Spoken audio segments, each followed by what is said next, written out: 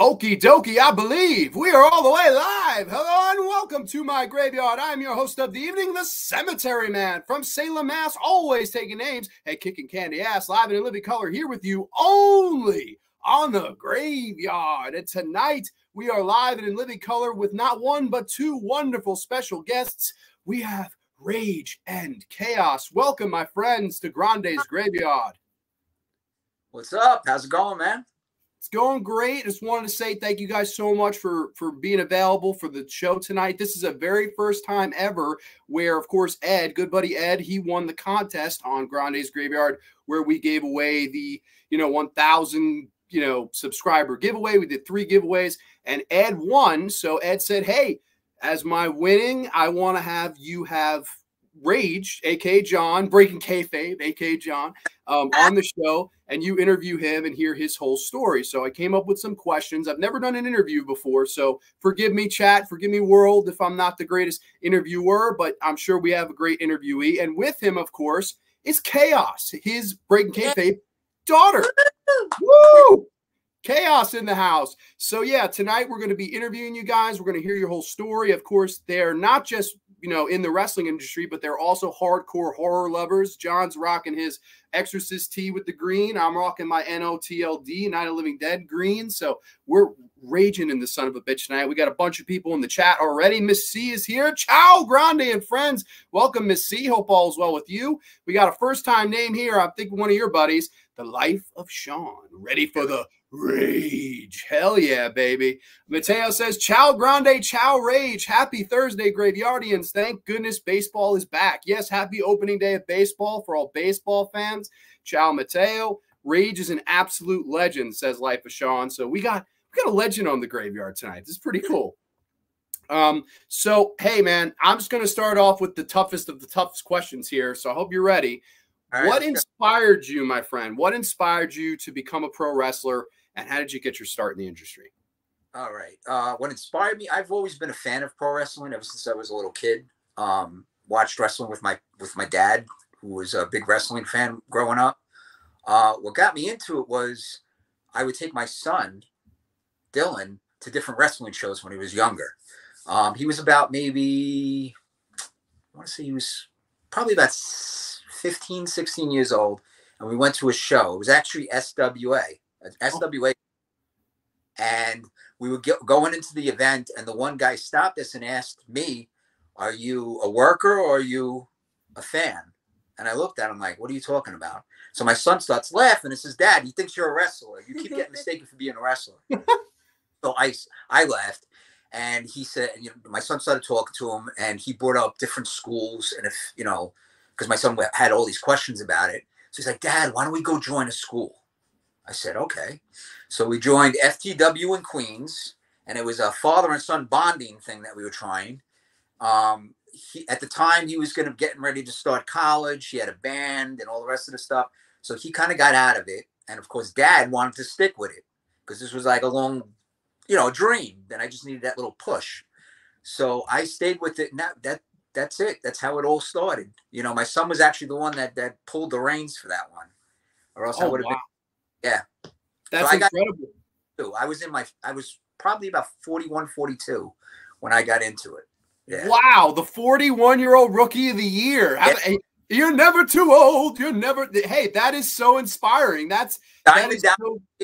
He get into it when he was at his peak of his career when he was a lot older than most of those guys. Yeah, right? Sure. Yeah, look at DDP. I think DDP started, 35? And then all of a sudden he's one of the most over guys and WCW champion in the late 90s. It's just incredible. You really are never too old, especially if you work hard at it. And now let me ask, I know you said that there were, your son, father-son bonding, stuff like that. But did you have any guys when you were growing up as a kid that you really, inspired you aspired to be, or really watched their work and were like, wow, I want to be like that guy one day? Anything like that? Yeah, I mean, when I was growing up, the big name in the WWF at the time was Jimmy Snuka. I was a huge fan of his. Yes. And then later, the way it worked is like a little bit later on, I got into Randy Savage. The Macho Man Randy Savage was another big one. Those guys pretty much I looked up to, as far as wrestling goes. But as far as what I try to like, the character of Rage is pretty much like the Ultimate Warrior kind of style. You know what I mean? That's where that whole entire idea came from, pretty much.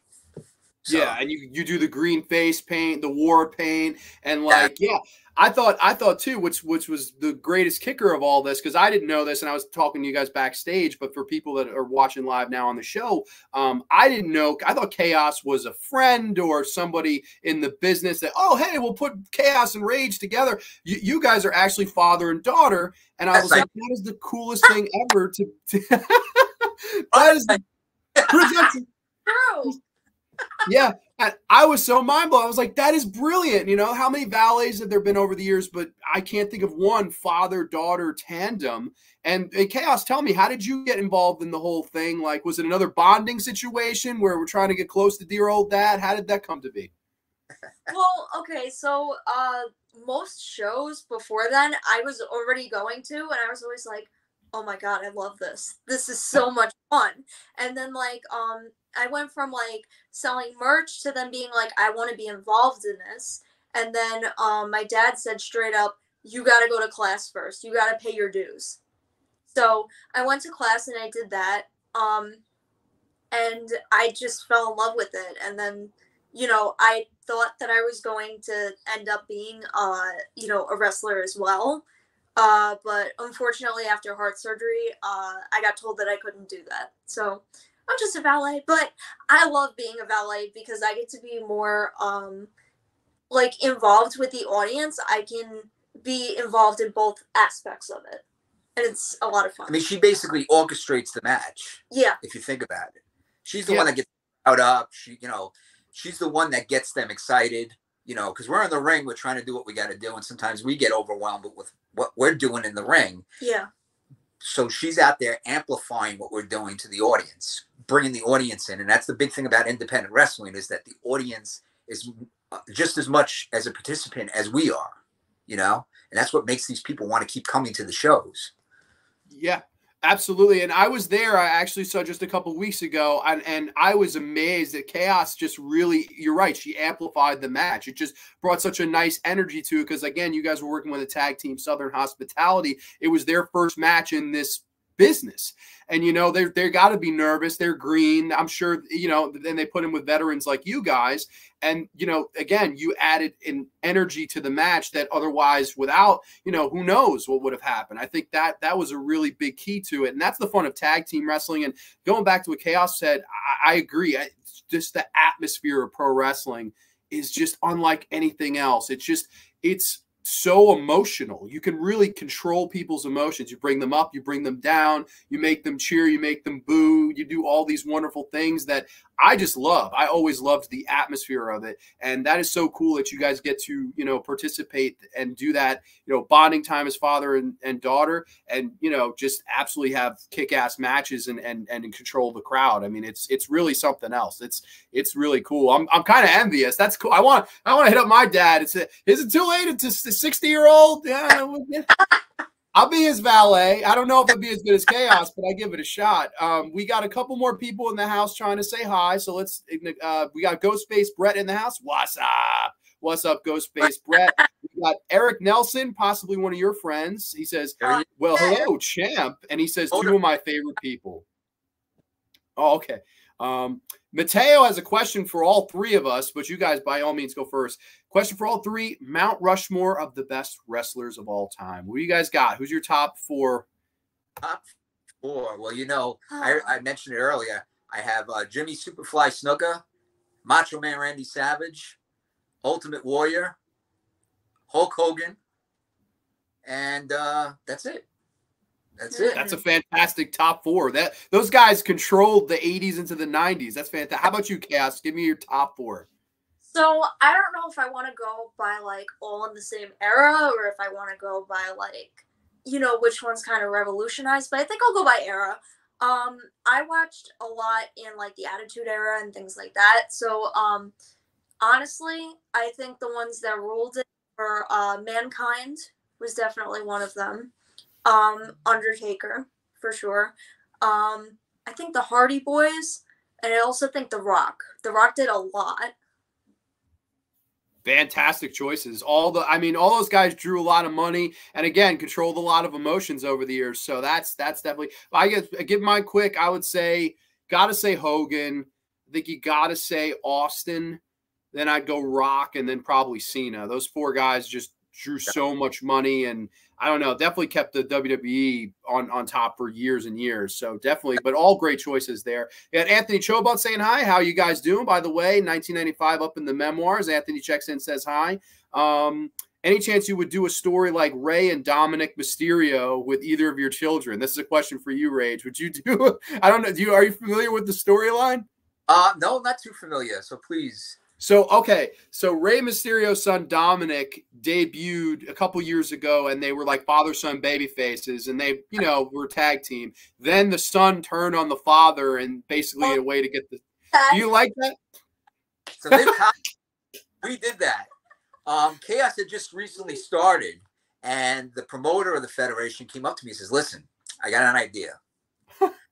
I was wrestling a guy named Coach Mamone, and it was he had a mustache, one of those on mustache, and it was a mustache versus career match, and it was a hardcore match. So I was going to go over and save his mustache. So he goes, I got a better idea. I said, what is it?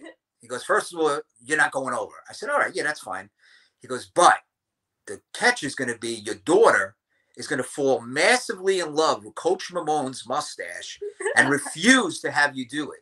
And she's going to dub across you. And sure enough, that's what happened. And this feud went on for a while, and it actually got really good. Yeah. It was probably one of the funnest feuds I've had in my career so far. Wow, that's fantastic. Cass, how did you feel about this? Like, I would be heartbroken as a child, but I got to hear your thoughts on this. Well, for one, I was like, are you kidding me? I have to betray him when I just started teaming up with him. Literally, I was upset about probably that. Like the second match. And I was also like, damn, I got to pretend I'm like infatuated, not just with a person, because that's normal. No, a person's facial hair. So like, I was just sitting there trying to wrap my mind around how the heck am I going to play this off? So I had to kind of like, in my mind, be like, oh, it's kind of like in the cartoons when they wear like a crown and everyone follows them. But like, it's also romantic. It was insane. It was absolutely bonkers. They had great chemistry together. Yeah, we did. Wow, that is a hell of a story. That's amazing. You guys did it better. You guys had facial hair involved. Who the heck is Dominic and Rey Mysterio? We got Mernzy's Movie Mansion checking in. What's up, Graveyard Fan? Jumping into the ring. Rage, you're a legend, buddy. Hell yeah. Mernzy's checking in. We got people saying hi. I remember. Okay, Anthony remembers you. I remember you, Rage, when I went to a wrestling show in 2012. How about that? Wow. What a rush, says Eric Nelson. Sean has a question. I got a question for Rage. Who would your dream match opponent be, and what kind of match? That was one of my questions for later, but by all means, man, who's your dream match and opponent? Oh, dream match? I'll be honest with you. I would love to wrestle Stone Cold Steve Austin. Oh my God, yeah. I think that would be so much fun, and I'd actually learn a lot too. Like I said, he was one of the guys that during the Attitude Era that I used to love to watch, and I think that would be so much fun. Seriously. What kind of a match would you want to do? Like no holds barred, steel cage, any stipulation? Well, you know what? I would go for steel cage. Honestly, that'd be sick. I think you don't. I mean, he's been in steel cages, of course, but you don't always remember the steel cage matches with Stone Cold too much. Like he was in there with Vince McMahon at one time, and there was probably a couple others, maybe against the Undertaker or something. But Steamboat too. He wrestled Steamboat a lot in the steel cage. That's right. Back at WCW, right? Yep. Yeah. But yeah, I would love to do the steel cage match. Even a Hell in a Cell would be fun. Hell in a Cell, Rage versus Stone Cold. Oh my gosh. Hey, Chaos hides under the ring, hits him with the kendo. Rage, hit your finish. 1, 2, 3. Raise this man's hand. You'll never know what'll happen when you put Rage in a cage. That's perfect. I love it. Hey, that's the tagline of the pay-per-view right here, Right? I think it writes itself. That's fantastic. Mateo says, I heard this from famous wrestlers too. Are you hooked up on the rush that immediate reaction gives you from the fans on live shows? Yes. That is the addiction. Totally. Yeah. I'll be honest with you. I know guys that have tried to retire and said they're done, and they come right back, and it's all because of that. They said the closest thing to be in pro wrestling and have that adrenaline going and always be brought back in is like being in the mafia. You can never get out because you're always pulled back in, you know? Oh, it's addicting. Yeah, no, as a fan, I feel that way. So I couldn't imagine as a talent how you must feel. Like that must just be the greatest feeling in the world. Because again, like I said, like just controlling someone's emotions, it's such an underrated feeling. There's no high like it because that's why I love pro wrestling. There's nothing else quite like it. It's just its own thing. It's great. Dan Giuliani checks in, says St. Valentine's Day Massacre 99, Vincent Stone Cold. What a classic. Hell yeah. Joe Mama's in the house. He says, hey, my man. What's up, Joe Mama? Matter of fact, we still have more to do, says Eric Nelson. Rage in the Cage is actually a WWF Sega Genesis game. There you go. Hey, there you go. Sega Genesis style here. So I got another question for you guys, though. And that would be, what does your training regimen entail? I know that you are a big like workout guy. So walk me through your like weekly workout routine. And also, do you put that same work into your promos, characters, persona, etc., like you do with your physique? Yes. I'm at the gym almost every day during the week. I have a light week and I have a heavy week, and it's just dieting and staying, on the line as far as, staying in shape and stuff like that. I try to increase the weight on heavy days. I've always been a gym rat, and as far as like, the promos and the characters, I'm always trying to tweak the face paint. I'm always trying something new to see how it works or how it looks. And I'm doing this stuff, on my own inside the bathroom. The same with promos, throwing promos out at the mirror, seeing what goes and what doesn't go. I try to jot things down as I hear them, like, oh, that sounded good off a movie or something, and try to remember that for the next time, that type of stuff. So I do try to keep it going. That's awesome. Yeah, no, there's nothing like the promo you cut in a shower on nothing.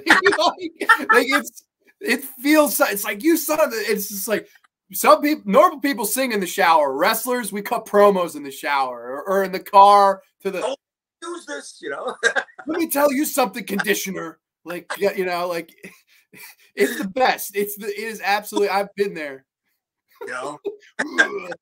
That's fantastic. How did you come up with the Rage character? I know you said you were inspired by the Ultimate Warrior, but was there any, I know that you're a big horror movie fan. Did any of that play a factor into, the character that you created? Or would you just like, I want to be, myself dialed up to 11? Because I know a lot of wrestlers always will say the best pro wrestlers are themselves dialed up to 11. Do you feel that's your case, or do you feel Rage is completely different from John?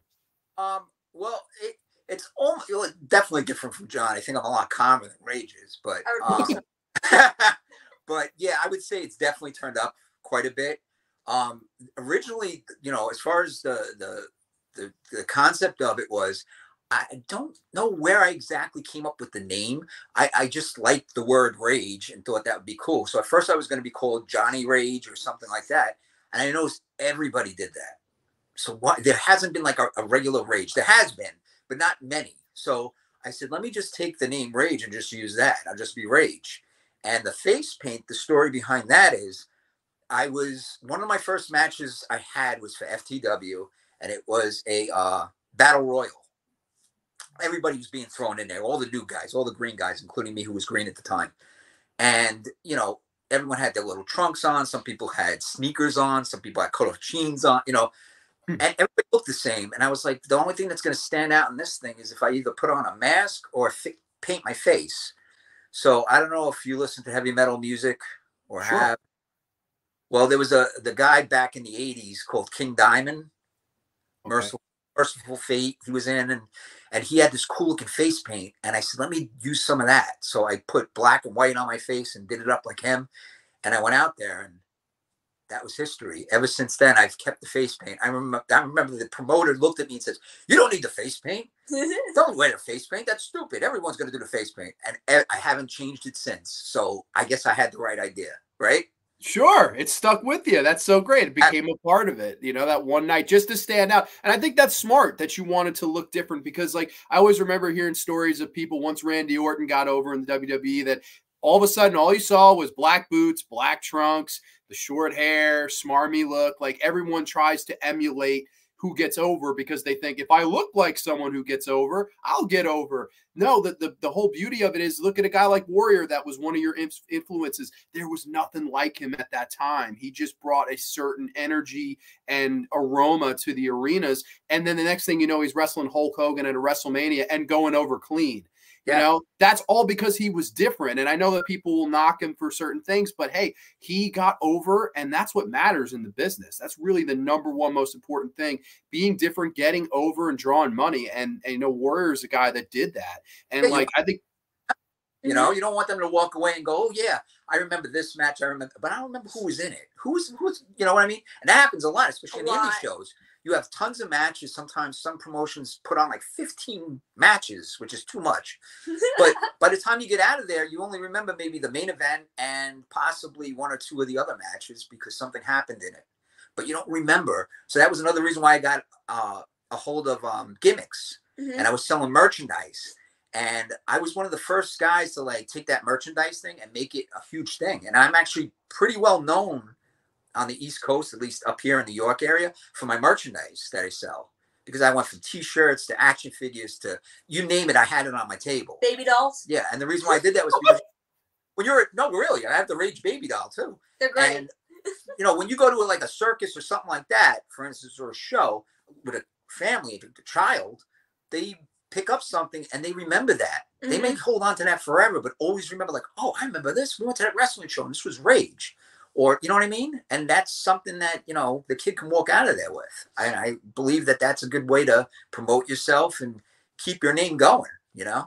Absolutely. Yeah. And you just, again, you made yourself known, and that's what you want. You want to be remembered, especially like you said, if you're not main event, you know, you're not the last match on the show, you're going to be remembered for the look and the feeling and all these things that you made, you know, these people feel. Now, let me ask this question, because I think this is a very, you know, unique situation. I don't know if this has actually happened to you, but I'm curious to know. Have you ever encountered or been involved in a match where someone was majorly injured? I know, you know, kayfabe reasons in that situation, the business usually says finishes the match no matter what, but have you encountered that? Did you finish the match? What exactly happened, if you've ever come across this? Well, I had two incidents which happened to me.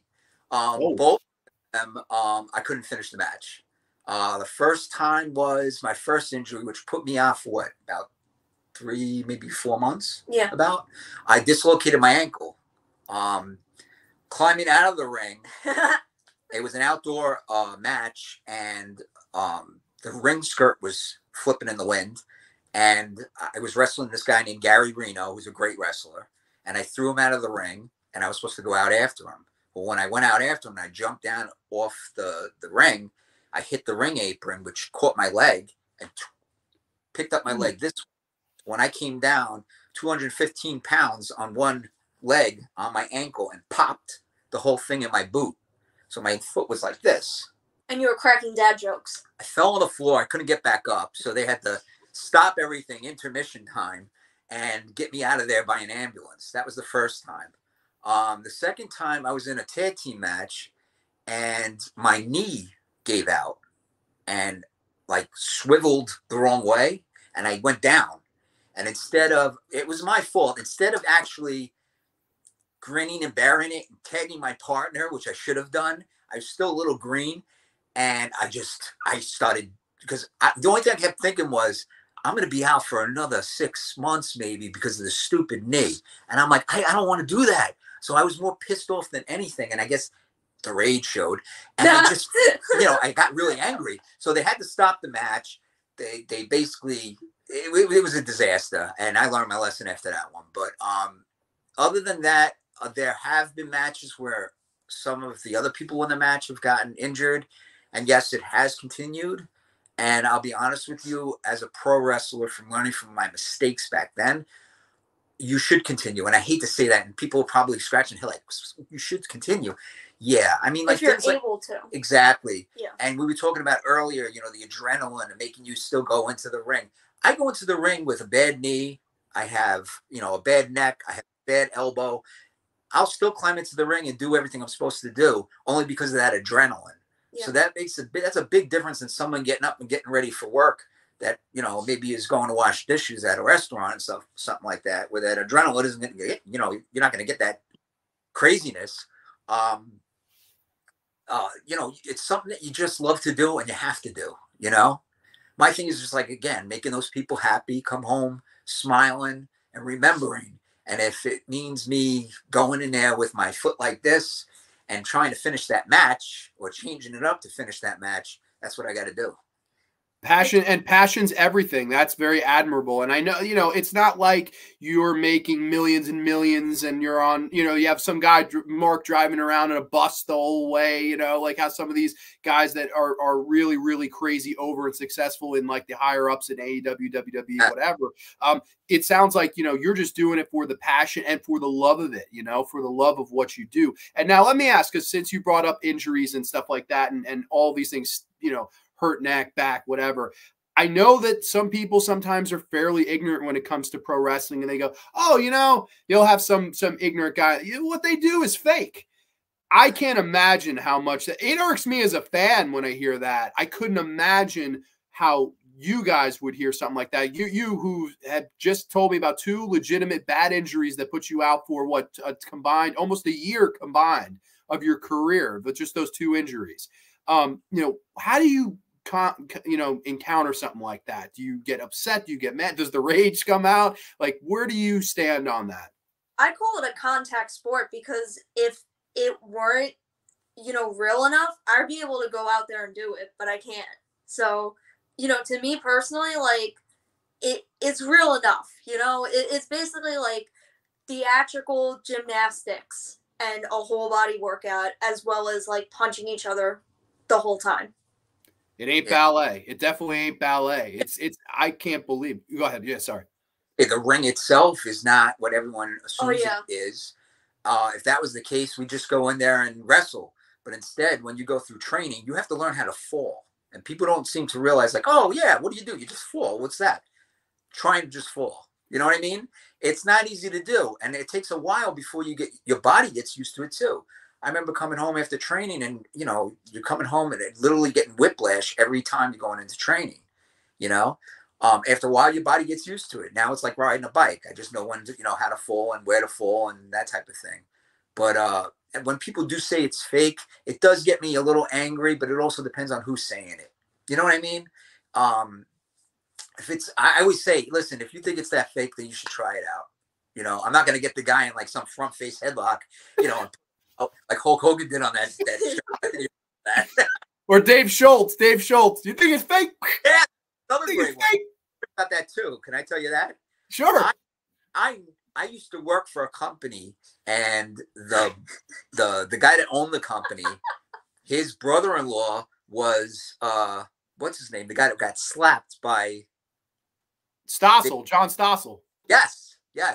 Used to come up to the office every day. Well, not every day, but, you know, he used to come up to the office quite a lot. And I used to just look at him and go, man, how funny would it be if I got a picture with him? I never did, though.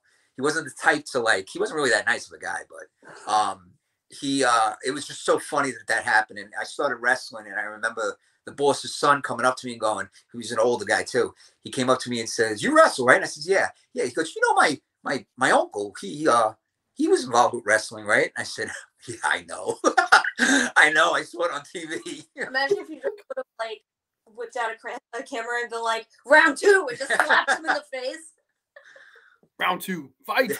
That would be amazing if that had happened. We got Coffin Crew checking in saying hello. Hello, Coffin Crew. Mateo asks, Chaos and Rage, what are your finishers? And the second part of that is, how hard is it to do Canadian Destroyer?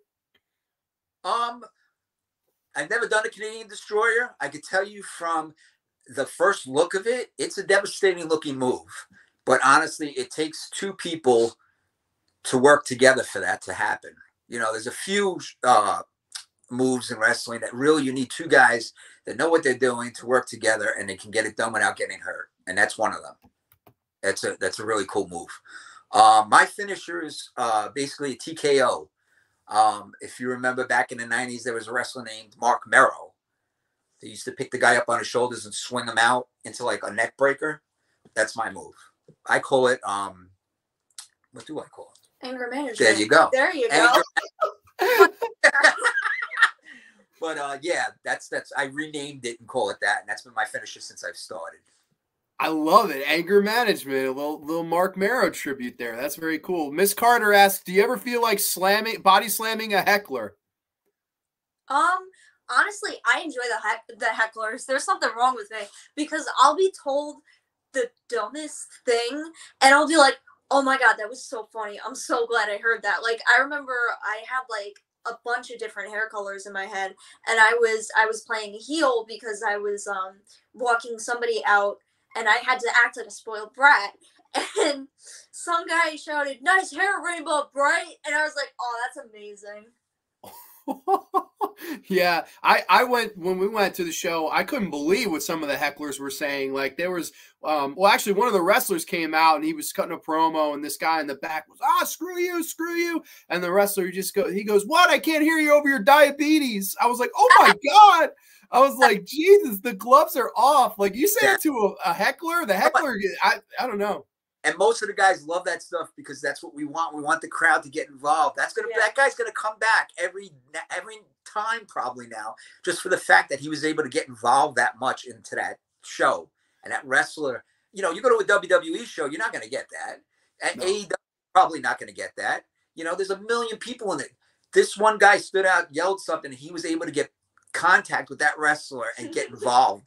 And that's big, man. That's what it's all about. And talk about that's real life heat right there. And Mateo, I was going to ask this next, but Mateo asked it for me. He says, sorry for all the questions, but we don't have wrestlers guests every week. He says, question for both of you: more comfortable for you to be a face or a heel? Which one do you like working better and why? Baby face or heel?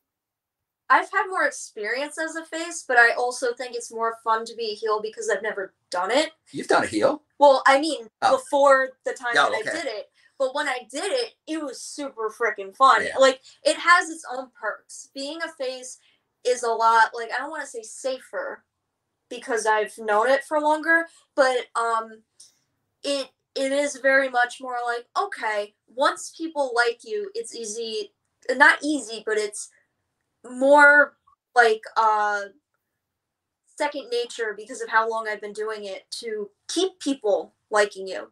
But to get somebody to hate you, you got to basically embody every single thing that would annoy the crap out of you if somebody else did it. So for me, because I look a little younger and, I wear the pigtails and stuff, I was acting like a spoiled brat. I was throwing a temper tantrum when the person I walked out lost. Like, I was screaming, stomping my feet, just being a brat, And it was so annoying, but it was one of those like, wow, I didn't know I could be that annoying. It's rewarding, but I do prefer face. Do you find one harder than the other?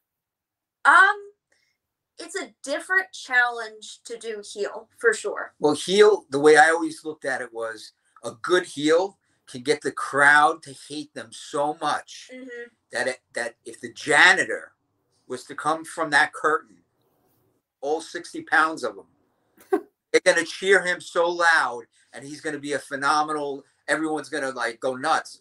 That's a good heel. Because if he just did his job. He got everyone to hate him so much that the next guy to come from that curtain that's going to fight him is going to be cheered out of the building, basically. Yeah. So, I mean, that's the thing about, you have to have the knack for that as far as being a heel.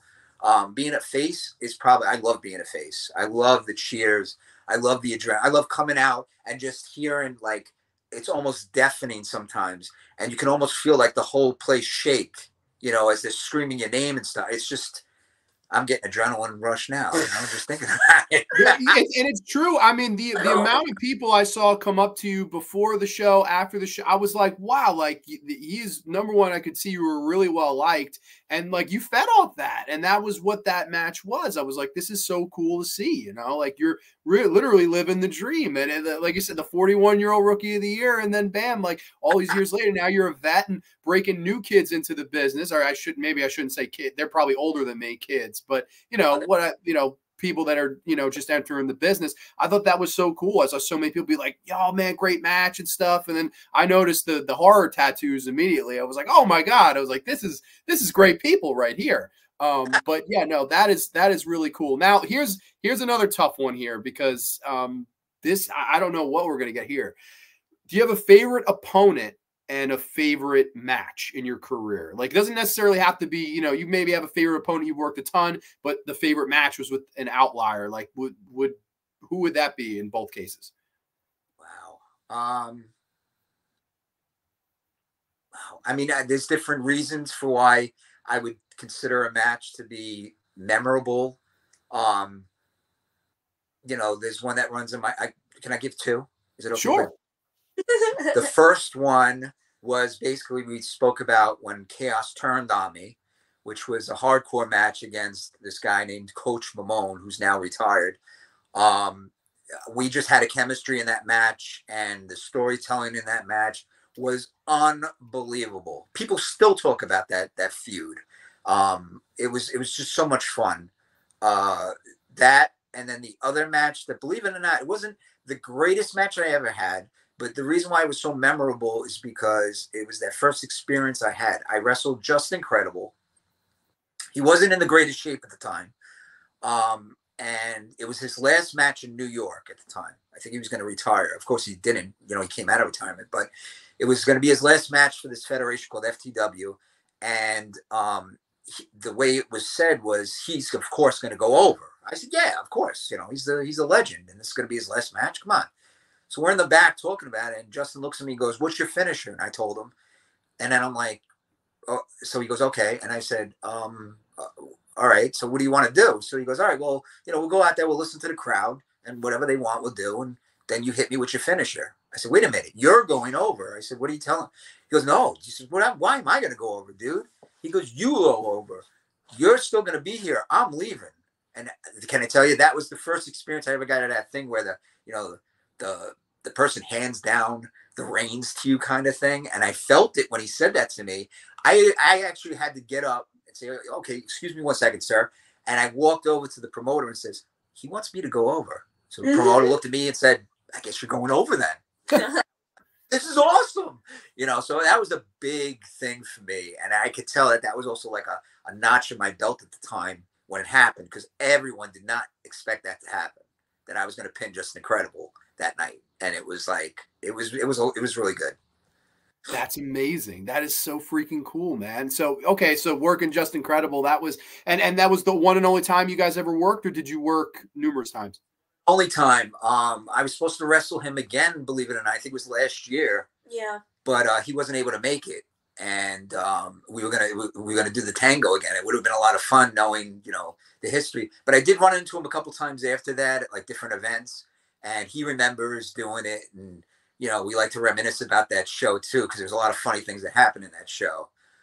There was a perfect example. There was a hardcore match that was supposed to happen after ours, and me and Justin, we really didn't go over much. We basically talked in the ring and did everything in the ring. Well, it came time for everyone sees Just Incredible, ECW, tables. So he had the ring and looked underneath the ring, and there wasn't tables, but there was a door. So he pulled this door out, not knowing that the door was supposed to be a major thing in the next match. And the guy, the wrestler that was going to use it, had bought this door, and it was this whole big thing. He slides it into the ring, and I'm laying on the floor because, you know, he's going to set it up and everything. And I'm calling the ref, and the ref comes over and leans over to me and I said, Justin's got the door, which is going to be used in Slammer's match. I said, that's the door. And the ref looked at me and goes, you're going to tell Justin Incredible he can't use the door? I said, at a point. So he puts the door up, and we wound up using the door. But it's been an ongoing joke every time I saw this wrestler that was going to use it, you know. But yeah, I'm sure he had some heat with Just Incredible after that. Oh my gosh, I would be so upset. It was funny though. It was funny at the time. Sure, yeah. Let me ask, how about promoters? Is there a certain promoter that you like to work for more so than others? Is there a guy that you just have a good, like, hey man, I'll drive halfway across the country just to work for you? Like, do you have that relationship with anybody?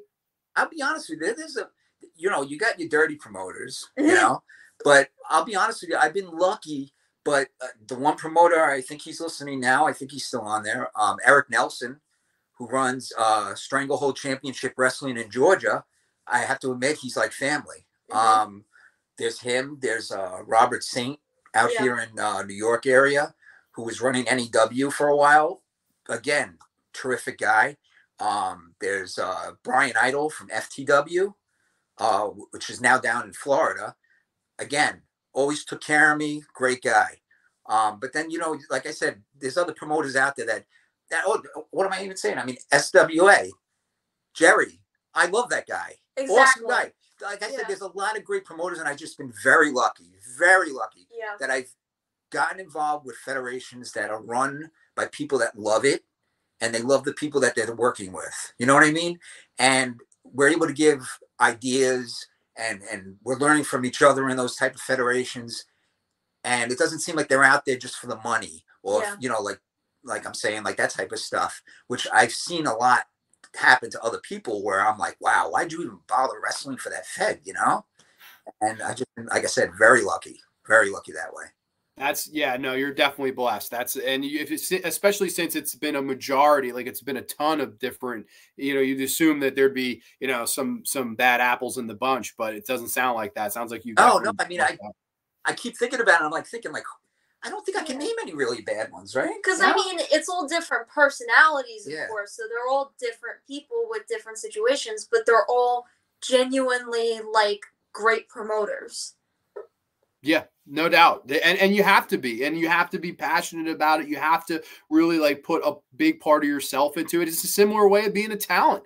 You have to come up with storylines and sign people and be like, okay, like, I want to market these people in this situation, write this storyline here. And I don't know, it's something magical about the whole business. And it's nice that, I know way back in the territory days of like the 80s, every state had their own territories, where now it's like you have the big conglomerates, WWE and AEW, and then now you have all these really small independent promotions. Like you said, it's almost like you're like a free agent. You go around, it's like, oh yeah, I'll wrestle Georgia this weekend. And let me ask this: how many shows in a year would you say that you work? Probably. If I had to narrow it down, I'd probably say, I mean, there's guys that wrestle more than me, that's for sure. When I first got into it, I was trying to hit up everything. I was out there, put myself out there left and right, and it really got overwhelming. I would say now, probably about maybe twice a month. Yeah. Probably twice a month. But there are certain months where it slows down for whatever reason, like maybe January, due to the holidays or whatever, it kind of slows down a little bit. I mean, I could get more work if I wanted to really go out there and start looking to get something booked. But during that time, I usually like to take off too. Around spring, summer, it takes off again. Then you start getting booked everywhere. But about twice a month. Recently, I've been a little busy too for some reason. Okay, so switching gears a little bit here. I know you guys are also big horror movie fans like me, like my viewers and my audience. So I gotta ask, what are some of your earliest memories of horror movies that you may have watched as a kid, and are there any that scare you to the bone to this day? Stories. Well, it's funny. My dad, again, I love my dad, who passed away, but he was like a hero to me. We sat down one Sunday morning, and he got the Sunday paper, the big daily newspaper. And we're going through the thing, looking at the movies that were at the time. It was probably like 1981, 82. And, I'm not 17 years old. I'm not supposed to go into an R-rated movie, especially a horror movie. And, my mom picks out, the newspaper. Oh, look, Superman 2 is out, with Christopher Reeve, So I have two brothers, a younger brother and an older brother. And they're both, yeah, Superman. And my dad flips through the paper and goes, what's this? Oh, it's a werewolf movie. American Werewolf in London. They're both playing at the same theater. So my mom, of course, like, you can't take the kids to see that. And both my brothers like, oh, we don't want to see that. We want to see Superman. And I look up at my dad and go, I want to see the werewolf movie. So he's like, all right, so we'll go see the werewolf movie, and you take those two to go see Superman. So we went to the theater, and can I tell you, that experience was unbelievable. I mean, of course, you've seen the movie. Sure. So besides the awkwardness of sitting there watching the movie with my dad sitting next to me, and, when they're going to like the X-rated movie theater and stuff like that, and all the nudity in that movie, I was like, oh my God. But then the blood and the guts, I was like, this movie is freaking awesome. And the dreams.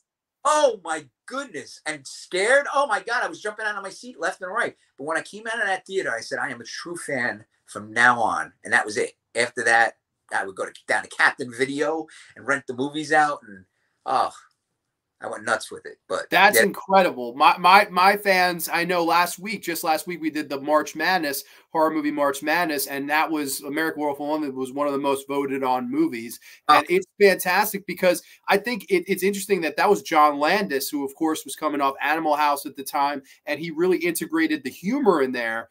But at the same time, people really do forget how horrifying that movie was. Like, I always remember the scene where you keep seeing his friend, and every time you see him, he's more and more decayed. Yes. And that, I don't know why, I was like, oh my God, like what, like you just like, I don't want to see him again. What is he going to look like the next time if he looks like this now? And, you know, just the eerie feeling of when they leave the slaughtered lamb because they're not welcomed in that bar. And then of course the werewolf just attacks them. It's a really, really well balanced movie because the humor is funny, but the horror is so damn effective at the same time. That's a great one. Awesome that you saw that in the theater with your pops. That's a truly special memory. But Cass, how about you? What was, you know, give me a horror movie or horror movies that you really loved growing up.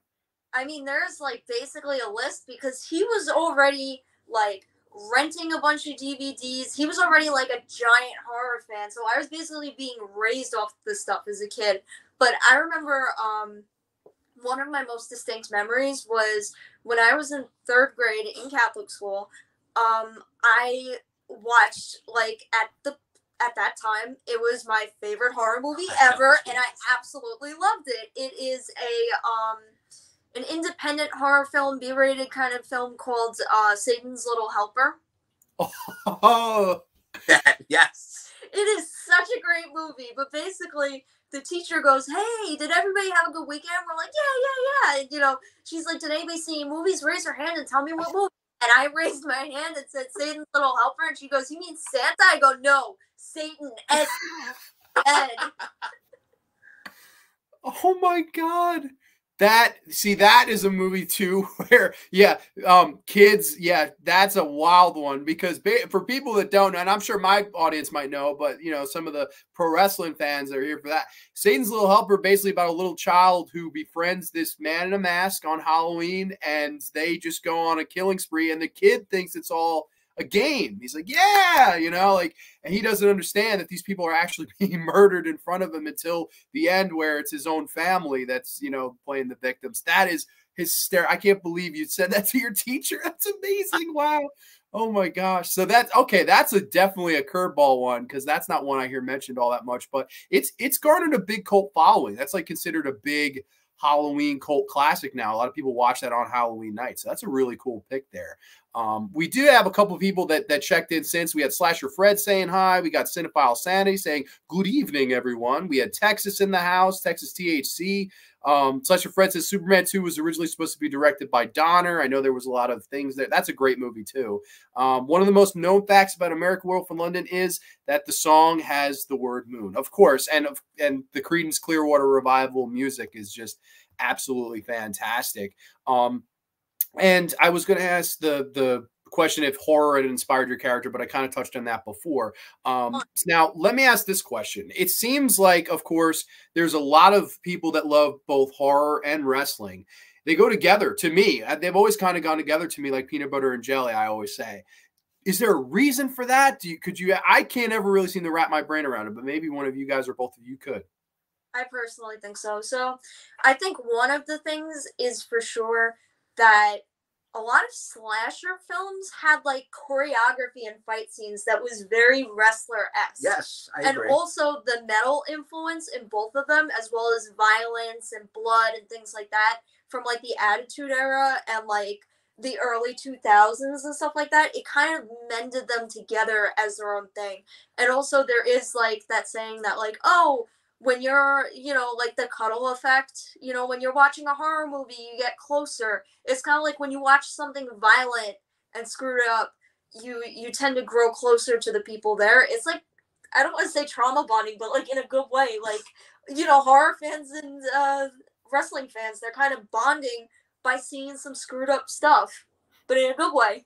Yeah, it is true. I mean, the horror fans, we do root on the violence. Yeah. Especially, you know, I'm going a little more lighter, but like Freddy Krueger or somebody like that going in there and killing, you know, the teenagers is like, yes, kill them. You know what I mean? Yeah. It's kind of like at a wrestling show where you see the guy come in and he just starts mauling down everybody and everybody's like, yeah. Like the hardcore shows too are very horror-esque. Yes, yes. I would say. And even the characters, think of some of the characters. Like for myself, I come out as this rage character. There's other people that come out maybe as like a Viking or something.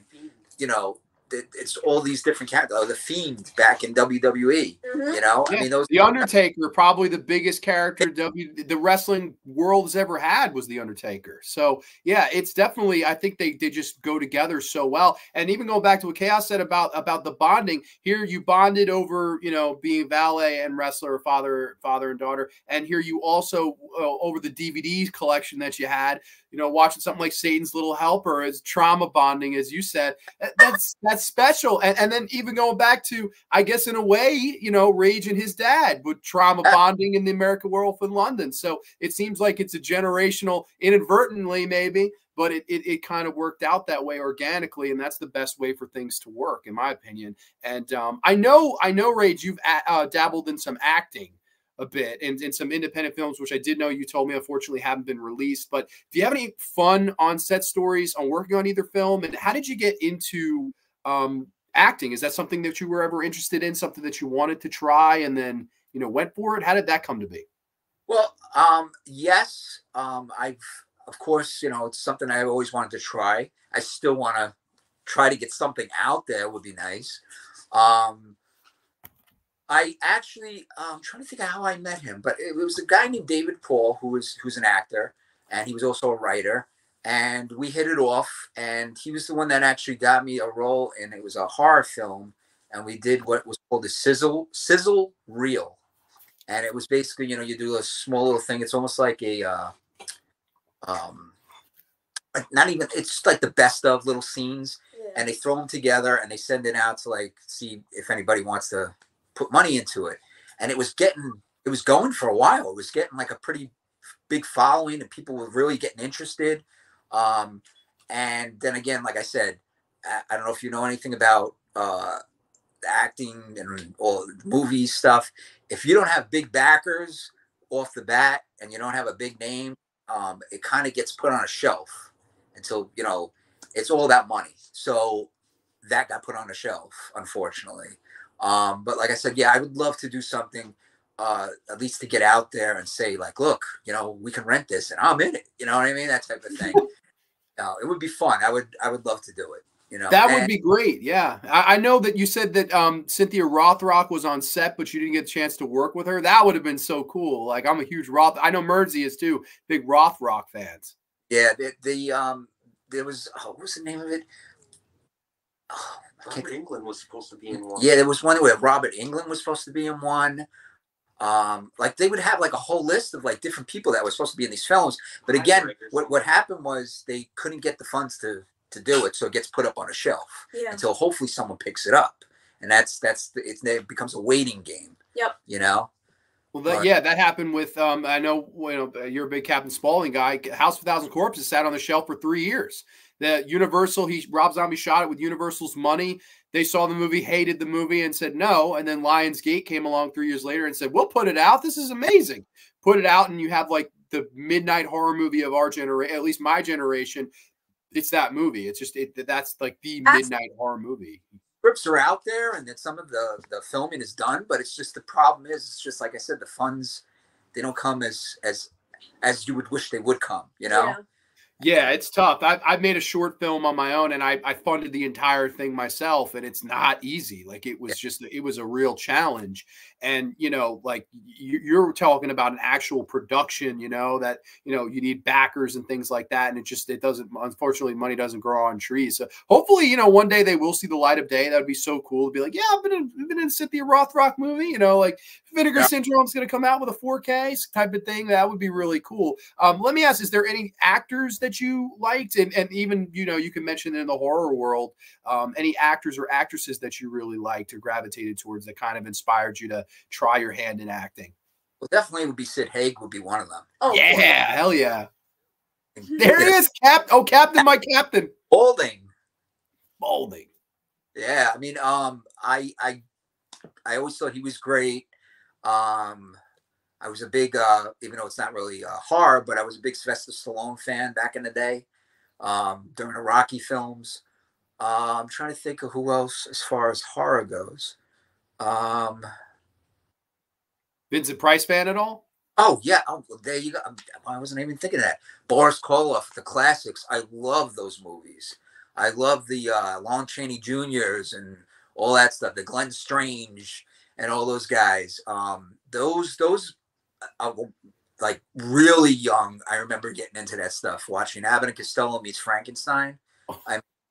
That was great. You know. Yeah, I mean those actors were just, and back then it was so much more like a play than it is now. You know what I mean? It was almost like they were out on like a stage and they were just being filmed, and the way they presented themselves, and it was different back then. But it's like the Atlantic accent. Is that what they call it? You know, the accent they did back then.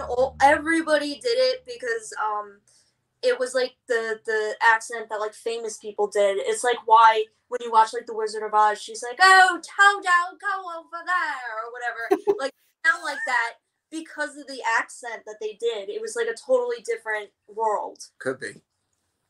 Yeah. What about you, Chaos? Have you ever thought of trying your hand in acting? Oh, 100%.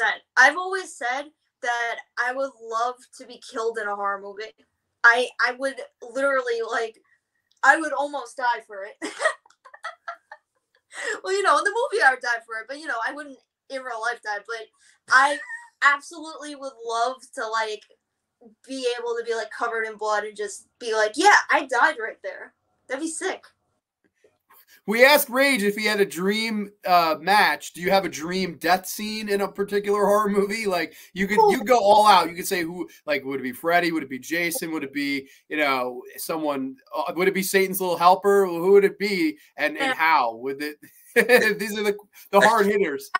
Hard. That's a good like, one. Okay, I really love Freddy versus Jason. So I do have like almost like dream matches of like what horror movie characters would be good together like that. Like I could see Chucky and Sam from Trick or Treat duking it out for sure. But I also think like when it comes to ones that I wish could have been involved, I wish Leatherface could have been involved in that. It would have been like a three-way fight. I know they did the comics. They did Leatherface versus Jason. It's a three-part comic series, which is amazing. Like I highly recommend if you're into comics at all. Scalp, Freddy Krueger, he can't. The dude's like burnt. Yeah. He's not gonna be able to do that. It's just awesome. Oh man. Yeah, no, and I think you made a good point before too when saying like how I think Freddie would be over if he was a pro wrestler. He's got the promo, he's over, he clear. Like I don't know. One of these days, I wish somebody would book like a horror Royal Rumble. I would love to see how that would go. Didn't we have a show where there was a match of a guy dressed up as Freddy versus a guy dressed up as Jason? Did we? Yes, it was crap. What's his name again? Reef. Yes, you're absolutely and the other guy. Who's the other guy that was was it crap, what's his name? Little Slugger? Maybe. I think you're absolutely right. Yes, they did do a thing at one of the shows where it was Freddy versus Jason, and they had Grim Reaper. I don't know if you know who that is. He dressed up as Freddy Krueger, and he did a really good job at it. And then they also had this other guy that we called him Little Slugger, who was dressed up as Jason. And it was actually very good. It was entertaining.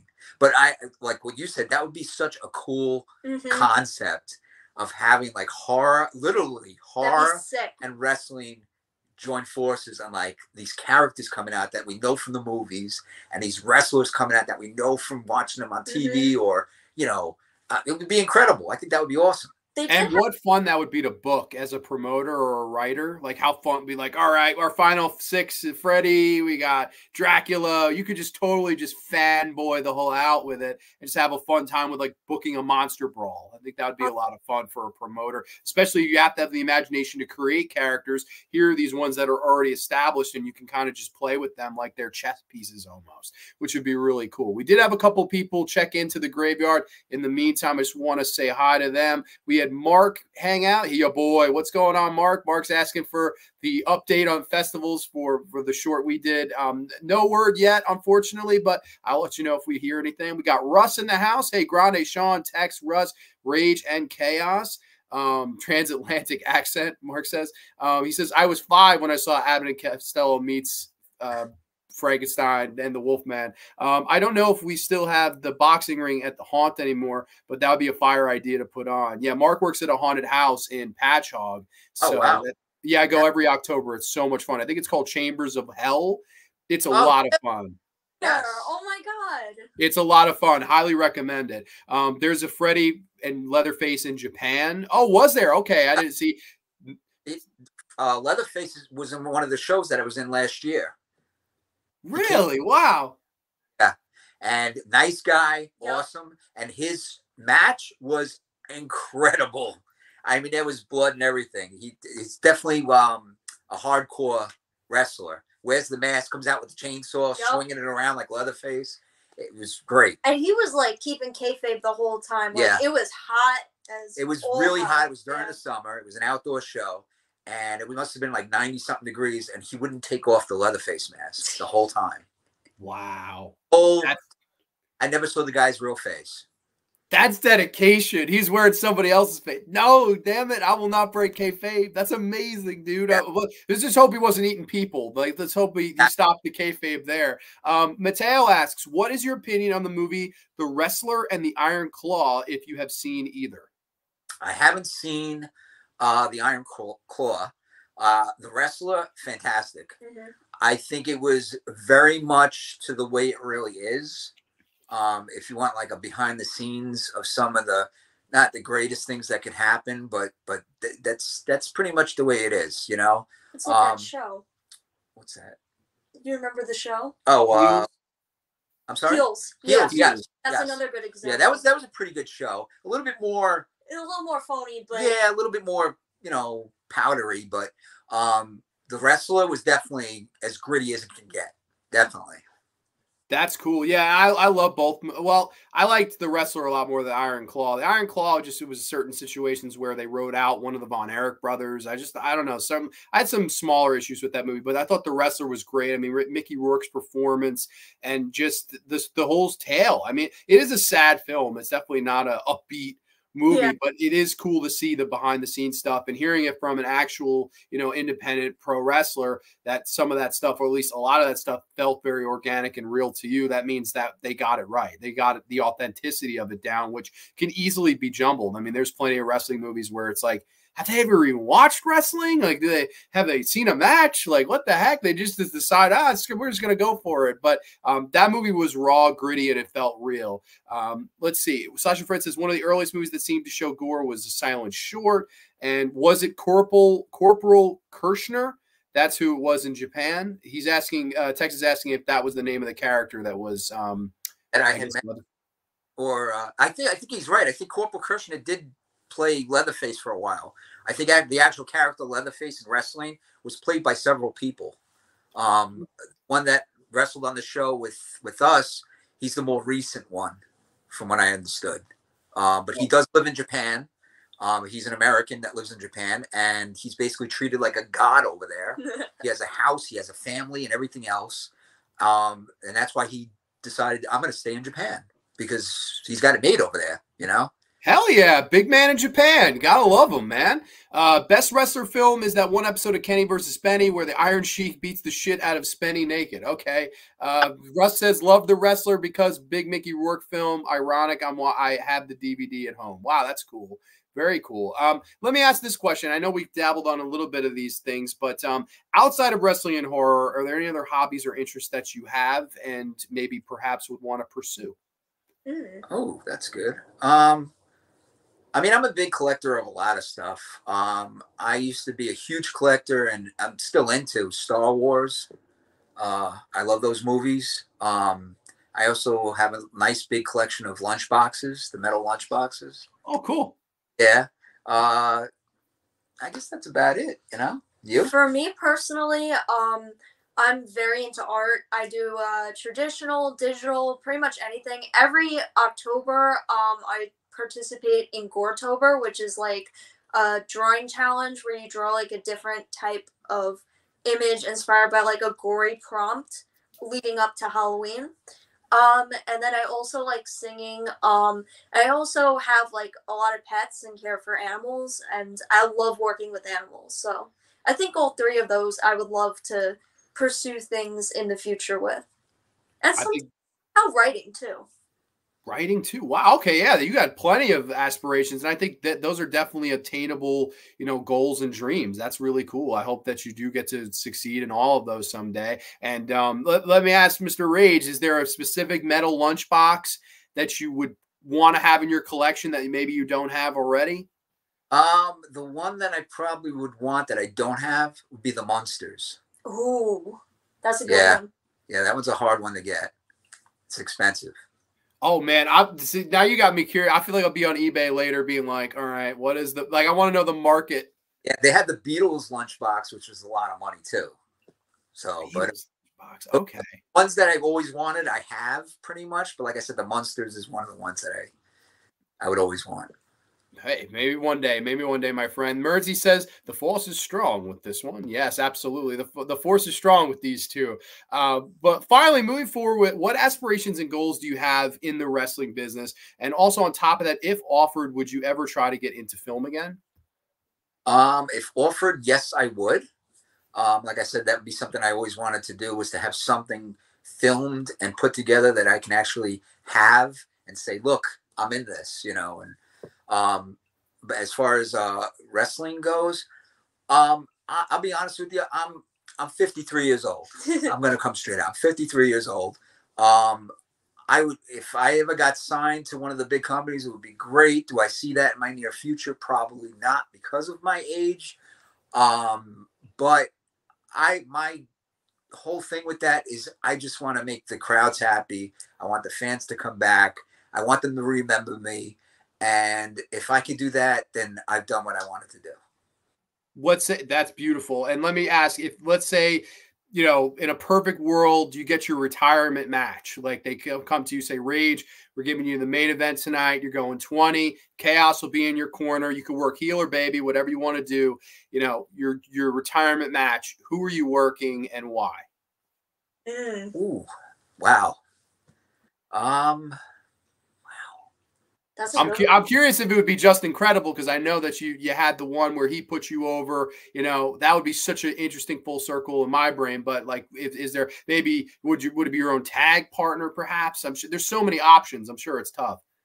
Options and so many memories that are clicking in my head that I would definitely either want to rekindle, or maybe something that I never did that I really don't know. Like, I know you work well with certain guys like Reno and stuff like that. I mean, there's guys that I know I definitely have great chemistry with in there, and we're able to tell a good story and stuff. Those guys I would like to work with again. I'll be honest with you. I'm going to say it. I would honestly like Coach Mamone to come back out and us to put together something really special and do it one last time. Because, I mean, he hasn't wrestled since, and I know he's still got it in him. I know he watches wrestling still and scratches his head. He has I think 2 kids or 1 kid now. I think 1 kid. I'm sure that time's going to come where he's going to be like, wow, if I could just get in there one more time. And I would love to offer him, yeah, let's do it one more time. Coach Mamone versus Rage. You're going to get him addicted again to the crowds. The adrenaline. You call him, hey, you got to grow the mustache back, buddy. I'm getting my retirement match. Like, that would be the, like, all right, fine. Facial hair will grow. Just give it a little time and we'll do the match. But that would be great. How about you, Chaos? What would you say? For aspirations or? Yeah. Do you have any, like, I know that you said you can't wrestle, but like, do you want to continue the work as a valet? I know that you expressed your other, hobbies and aspirations and things that you want to do with animals and writing. But what about wrestling? So with wrestling, I really do enjoy being a valet. It is a unique experience because it does get a lot of that, like, the itch to like be into like acting and things like that. It gets that, kind of settled. And also like a lot of art is also expressed in wrestling with like merchandise and even the outfits and things like that and the gimmicks. But when it comes to things that I would want to do in wrestling, I usually try to make my goals very small. So my first goal was being in a poster. So like then it'd be like, oh, having like a big crowd one day. I don't know if this would ever happen, but I would love one day for like a match that I was in to be on TV. Anywhere. It could be like, on the news or something, but just on TV would be cool. Going to another country or somewhere would be really cool at some point. Like, basically, things that are attainable, but they're not quite there yet, but hopefully one day. Absolutely. Hey, I hope so too. I think that's really nice. And hey, I know you said the writing. Maybe one day you'll be writing pro wrestling shows. You'll be like, I remember back in my day. You'll be like, well, you'll be like, hey, I remember we did this mustache versus career match, and that would just be epic if you wrote that. Would be like, oh, that bonding, trauma bonding, gotta love it. We did have a couple people say hi. Alpha Romero says, what's up, everybody? Mark checked. It's $855 for that lunchbox on eBay right now. So I could see why you hit the brakes, Mr. Rage. Yep. Those people need the anger management hit on their asses. Alpha has a question. Question for Rage. Have you seen Romero's Knight Riders? I've always felt it mirrors the old territory days in so many ways. Have you ever seen Knight Riders from George Romero? No, I have not, to be honest with you. I have not seen that one.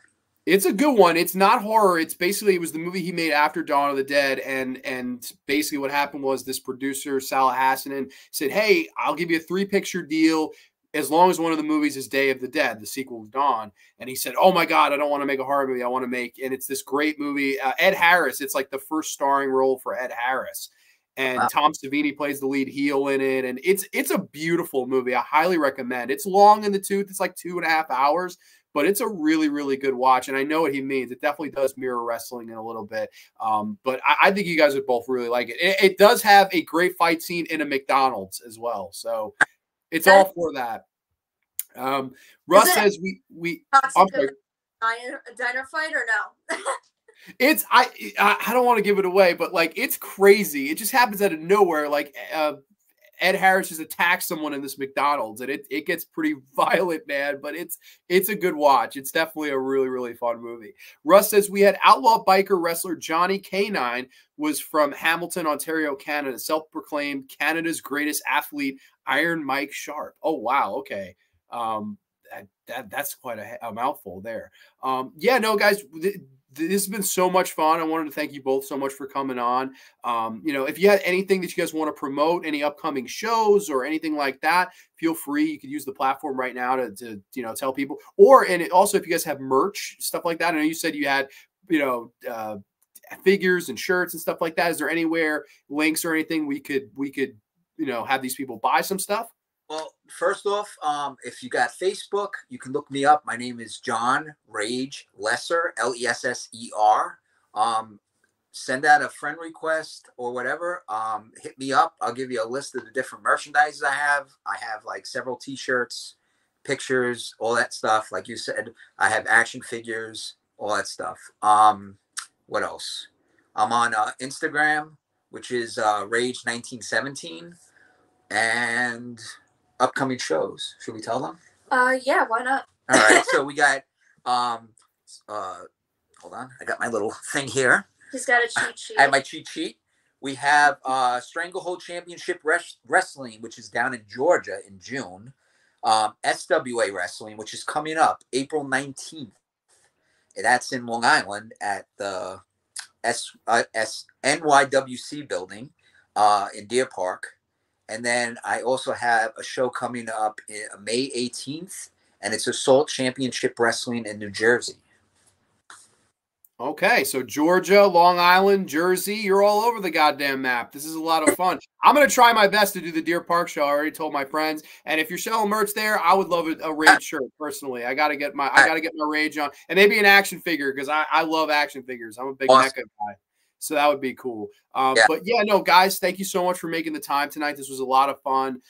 Everyone in the chat, thank you guys so much for asking questions and stuff like that. Again, you guys can catch the Rage in the Ring sometime soon. I know on your Facebook you also sometimes upload some of your matches, so you guys can check out some video footage of matches if you don't live in any of those areas. Very cool talking to you guys, hearing your story, and this was so cool. I want to just thank you both for coming on. This was a lot of fun. Yes, thank you, man. Thank you. Yeah, everybody. So we did have one more question for you guys from the chat here. Sorry. Would you cross the border to the Great White North? Would you come up to Canada, eh? That's where Mateo lives. Actually, I was in Canada. I was in Canada a few years back, and we did a show up there. Where was it? Was it a tattoo convention? Yes, it was a tattoo convention. And they had a wrestling ring set up, and we put on a wrestling show at the tattoo convention. And it was a lot of fun. Had a great time up in Canada. And I would love to come back. Okay, hey, I'll tell you what. Maybe I'll hit up Mateo. Maybe we'll put something together. We'll get a little wrestling in the Great White North. I've been meaning to, always wanted to go. Yeah, no, totally. Maybe one day. Let me know, boy. It's been a while. Okay, so everybody, thank you so much for in the chat. Appreciated this. Next week on Grande's Graveyard, it's Alien Knockoffs. It should be a lot of fun. It should be a lot of pain for me, but a lot of fun for the viewers. Everybody, thank you so much for watching, and you can catch us next time only on the Graveyard. Too sweet peace, and good night, everybody. Thanks to our guest, Rage and Chaos. Yeah.